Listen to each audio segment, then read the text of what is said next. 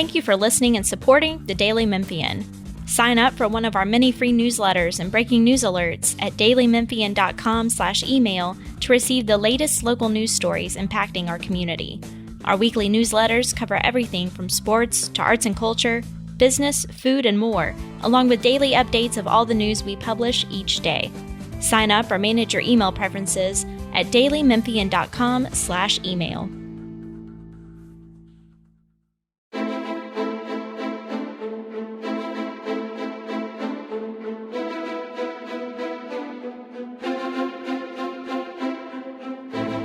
This is the Daily Memphian Politics Podcast. I'm Bill Dries. This week, our short version with a basic rundown of a busy summer week, which has also included a transition and move of the Daily Memphian offices to the South Main area. So if you think you've seen some of us in South Main more, say hello, because we've got our stuff out of most of the boxes, still some work to do on the new podcast studio, and we're getting the day-to-day feel of the area.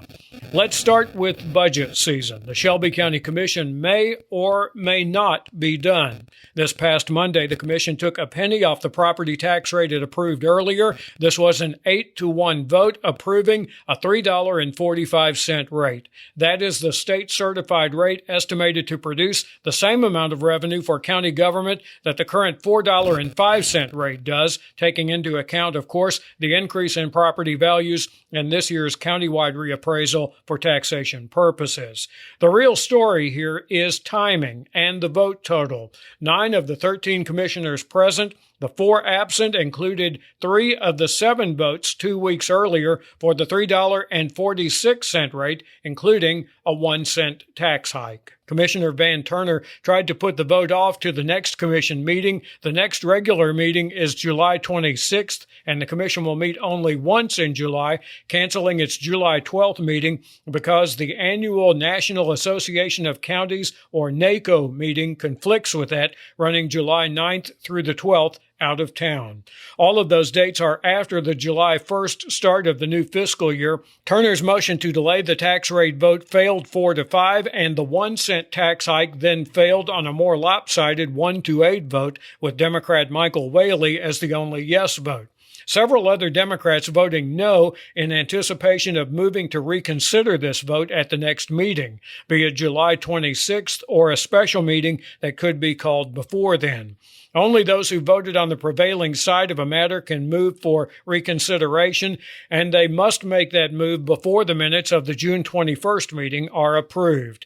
That was also a consideration in the 8-1 vote approving the $3.45 rate, with Turner as the only no vote. Shelby County Mayor Lee Harris also influential in this outcome, with his push late in the meeting for the commission to complete its budget season ahead of the new fiscal year, regardless of the property tax rate. Harris saying he does not want to see the county have to start the fiscal year with a continuation budget. That's a budget that is essentially an extension of the current fiscal year's spending levels. The day after the commission decision, State Controller Jason Mumpower telling our Abigail Warren in Collierville that the state wants local government budgets in, quote, on time. But on time has different definitions by state law. It allows counties to go to the end of August if it can't be done by the end of June. Harris and his administration say prorating budget amounts would be a logistical nightmare. The last local government to do a continuation budget was Germantown at the start of the current fiscal year. The continuing budget resolution there was because of uncertainty about the impact the pandemic in its early stages would have on local revenue projections that are the moving target in any local government's budget. In Germantown's case, the new budget replaced the continuation budget in August, about 6 weeks into the new fiscal year. Stay tuned for whether this is it for the county's budget season or not. Arlington closing out its budget season with approval of a 13-cent property tax hike at a special meeting this past week. Arlington Mayor Mike Wisman saying most of this is the addition of a second fire company that the existing tax rate didn't quite cover. In the new fiscal year, Collierville schools leaders will be sketching out plans for an addition to the $90 million Collierville High School that opened 3 years ago. This is about a $5 million project that looks like it will be a 2-story, 26,000 square foot addition, maybe a separate building to come after that for a 9th grade academy.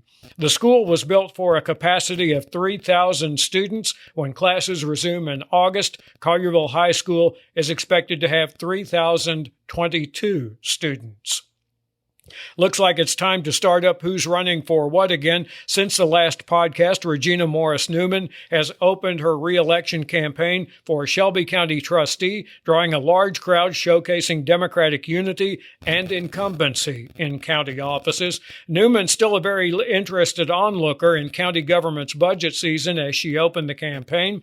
It is the trustee's office that collects property taxes, after all. The trustee's office has proven to be a pretty volatile office in the 10-year battle for dominance in county government overall between Democrats and Republicans, and in the 3 most recent elections in the cycle that comes around again next year, it's been all or almost nothing for the 2 local parties. 2010 saw a Republican sweep of every countywide office on the ballot, including David Lenore's upset of Morrison, who was then the incumbent trustee, following a series of changes in the office. The changes began with the death of Republican trustee Bob Patterson in 2008. The county commission appointed Paul Matilla, Patterson's top assistant, to the post, and Matilla won a special election, putting the office in the Democratic column.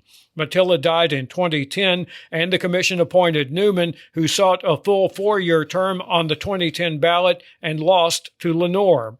Lenore was part of the 2010 Republican sweep of every countywide office on the ballot, although Democrats retained their 7-vote majority on the county commission.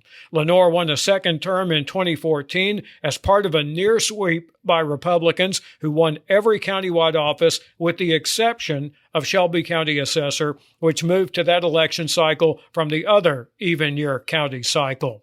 Lenore ran for county mayor in 2018, and Newman ran for trustee on the same ballot. Lenore lost in the Democratic sweep of every countywide office, and Newman beat Republican George Chisholm as Democrats improved their majority on the county commission to 8 seats. 2022 will be a test of whether county elections remain an all or just about nothing proposition for the 2 local parties.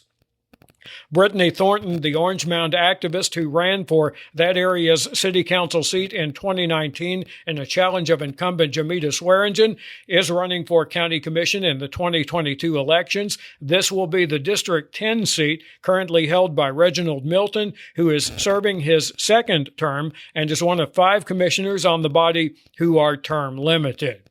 If you have made your decision to run in 2022 or beyond, let me know. Consider this the place to break the news. The best way to reach me is bdries, D-R-I-E-S, at dailymemphian.com. Yes, I want your headshot, your brochures, your platform, your event dates, whatever you've got as you take the dive, send it to me. Our guest on WKNO's Behind the Headlines this week, Sarah Houston of Protect Our Aquifer on water quality and pipeline issues. This is just ahead of pipeline proposals before the City Council and County Commission starting to move again. Also, why the existing Collierville pipeline probably is not an alternative to the one being proposed through Southwest Memphis. You can also hear the show on our Behind the Headlines podcast, which includes an extended discussion after the television show wrapped. Subscribe to the Daily Memphian at dailymemphian.com. Subscribe to this podcast and our others at Google Play, iTunes, Spotify, and Stitcher. I'm Bill Dries. The Daily Memphian Politics Podcast is produced by Natalie Van Gundy.